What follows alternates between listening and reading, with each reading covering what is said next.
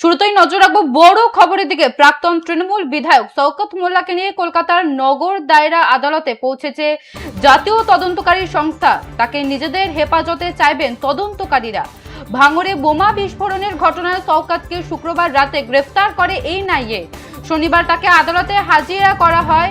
New টাউনে এনআইএর দফতরে বাইরে শওকত বিরোধী সকাল থেকে জড়ো হচ্ছিলেন। কারোর হাতে ছিল মাছ, কারোর হাতে ডিম। শওকতকে দফতর থেকে বার করা হলেই তারা সেগুলি ছুড়বেন বলে তৈরি ছিলেন। সঙ্গে মারচোর গান চালিয়ে নাচানাচিও করছিলেন অনেকে। এছাড়া শওকতের বিরুদ্ধে আদালত চত্বরে বিক্ষোভ দেখান বিজেপি কর্মীরা। অনেকে ক্যানিং থেকে কলকাতা এসেছেন বিক্ষোভ দেখাতে। আদালত চত্বরে দাঁড়িয়ে তারা প্রাক্তন বিধায়কের বিরুদ্ধে ক্ষোভ উগরে দেন। শওকতের ফাঁসির দাবি জানিয়েছেন তারা। শনিবার দুপুরে শওকতকে নিয়ে এনআইএর গাড়ি রওনা দেয়। প্রথমে তাকে স্বাস্থ্য পরীক্ষা নিয়ে যাওয়া হয় বিধাননগর হাসপাতালে। গাড়ি দেখে বিক্ষুব্ধরা ক্ষোভ উগরে দিয়েছিলেন। অনেকে গাড়ির পিছন পিছন ছুটতেও শুরু করেন। গাড়ির বন্ধ জানালার কাজ চাপড়াতে দেখা যায় বিক্ষুব্ধদের কাউকে কাউকে। বিধাননগর থেকে শওকতকে নিয়ে আদালতে যান তদন্তকারীরা। সেখানেও বিক্ষোভের মুখে পড়তে হয় প্রাক্তন বিধায়ককে। চোর চোর স্লোগান ওঠে। কড়া নিরাপত্তার মধ্য দিয়ে শওকতকে আদালতে ঢোকানো হয়। এনআইএর গাড়ি লক্ষ্য করে একজন জলের বোতলও ছোড়েন, তবে তা কারোর গায়ে লাগেনি। এই মুহূর্তে সব থেকে বড় খবরের দিকে নজর রাখছি। ভাঙড়ে বিস্ফোরণ কাণ্ডে দীর্ঘদিন ধরে শওকতকে খুঁজেছিল এনআইএ। দুদিন আগে তাকে ফেরার ঘোষণা করা হয়। এর মধ্যে শওকত বাংলাদেশে পালানোর ছক কষেছিলেন বলেই অভিযোগ। দক্ষিণ চব্বিশ পরগনার সীমান্ত সংলগ্ন চুনাখালীর কাছে তাকে দেখা গিয়েছিল। স্থানীয় বাসিন্দারা চিনতে পেরে বিক্ষোভ দেখাতে শুরু করেন। এরপর গাড়ি ঘুরিয়ে নেন শওকত। অবশেষে শুক্রবার চিংড়িঘাটা এলাকা থেকে তাকে গ্রেফতার করা হয়। সূত্রের দাবি তিনি আত্মসমর্পণ করতে এনআইএ দফতরেই যাচ্ছিলেন। সেই পথে তাকে গ্রেফতার করা হয়েছে। বড় খবরের দিকে নজর রাখছি। শওকত মোল্লা গ্রেফতার হতেই উল্লাস। শওকত মোল্লাকে নিয়ে কোর্টে এনআইএ। শওকতের অপেক্ষায় মাছ ডিম হাতে আইএসএফ কর্মীরা। ভিড় ঠেকাতে ঘটনাস্থলে তৎপর পুলিশ। চোর চোর স্লোগান তুলে বিক্ষোভ ছোড়া হলো বোতলও।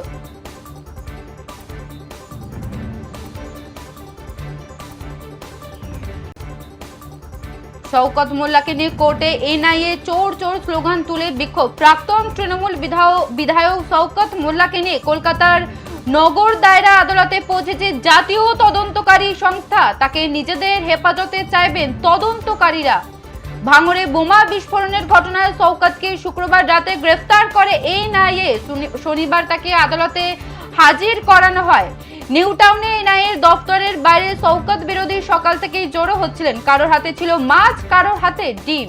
শওকতকে দপ্তর থেকে বার করা হলেই তারা সেগুলি ছুড়বেন বলে তৈরি ছিলেন। সঙ্গে মারচোর গান চালিয়ে নাচানাচিও করেছিলেন অনেকে। এছাড়া শওকতের বিরুদ্ধে আদালত চত্বরে বিক্ষোভ দেখান বিজেপি কর্মীরা।